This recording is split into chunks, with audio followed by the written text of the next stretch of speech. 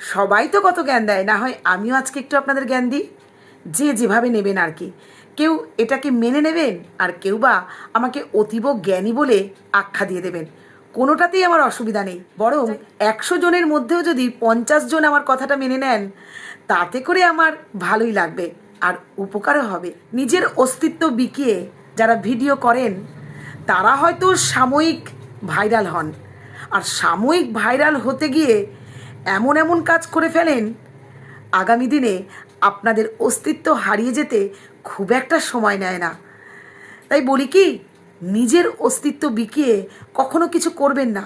তাতে করে সাময়িক ভাইরাল হলেও তা কিন্তু চিরস্থায়ী হবে না। আর যে জিনিস চিরস্থায়ী হয় না তাকে নতুন করে তৈরি করতে অনেক বেশি পরিশ্রম করতে হয়, আর নিজের সম্মানটাও হানি হয়। আশা করি আমি কি বলতে চেয়েছি বুঝতে পেরেছি। ভিডিও করুন, কিন্তু অস্তিত্ব বিকিয়ে নয়।